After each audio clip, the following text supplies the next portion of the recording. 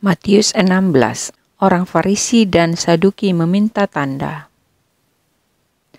Kemudian datanglah orang-orang Farisi dan Saduki hendak mencobai Yesus. Mereka meminta supaya ia memperlihatkan suatu tanda dari sorga kepada mereka.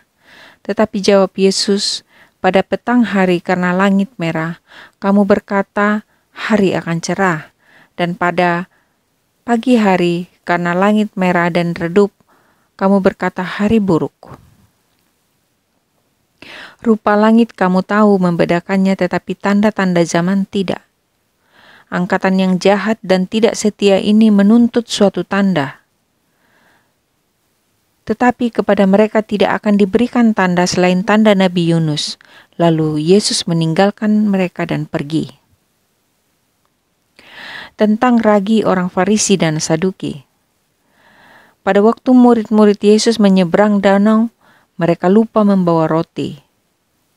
Yesus berkata kepada mereka, berjaga-jagalah dan waspadalah terhadap ragi orang Farisi dan Saduki.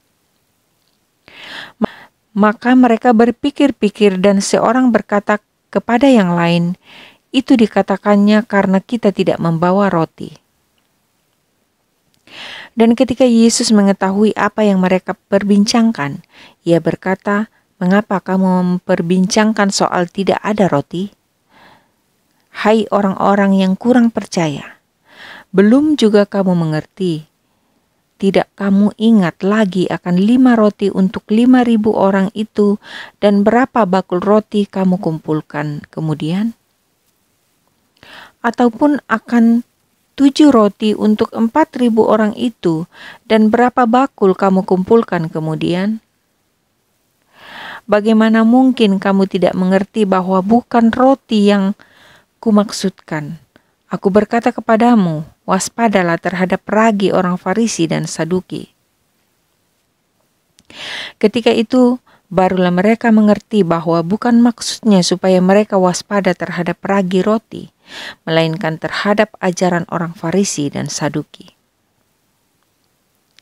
Pengakuan Petrus.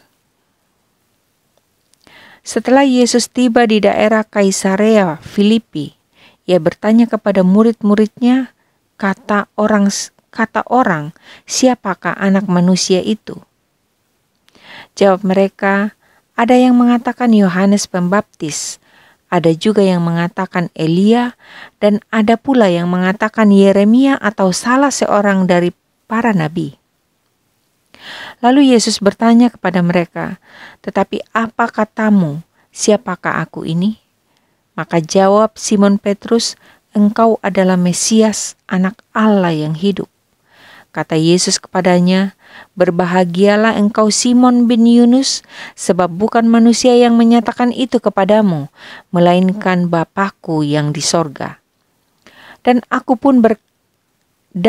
pun berkata kepadamu, engkau adalah Petrus, dan di atas batu karang ini aku akan mendirikan jemaatku, dan alam maut tidak akan menguasainya.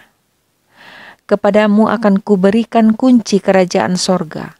Apa yang kau ikat di dunia ini akan terikat di sorga, dan apa yang kau lepaskan di dunia ini akan terlepas di sorga.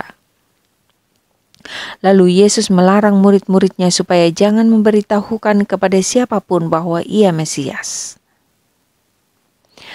Pemberitahuan pertama tentang penderitaan Yesus dan syarat-syarat mengikut Dia.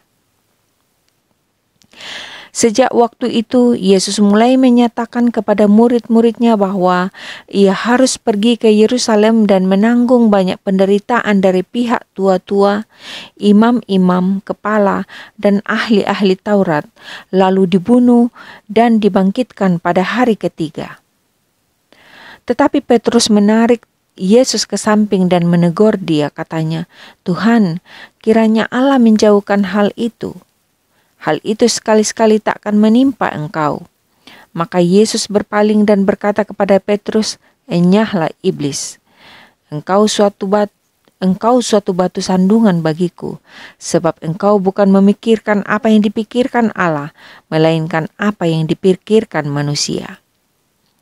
Lalu Yesus berkata kepada murid-muridnya, "Setiap orang yang mau mengikut aku, ia harus menyangkal dirinya, memikul salibnya, dan mengikut aku. Karena barang siapa mau menyelamatkan nyawanya, ia akan kehilangan nyawanya.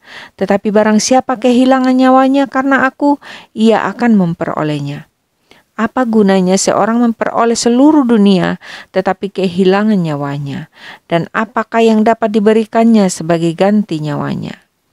Sebab Anak Manusia akan datang dalam kemuliaan Bapanya diiringi malaikat-malaikatnya. Pada waktu itu ia akan membalas setiap orang menurut perbuatannya. Aku berkata kepadamu, sesungguhnya di antara orang yang hadir di sini ada yang tidak akan mati sebelum mereka melihat Anak Manusia datang sebagai Raja dalam kerajaannya."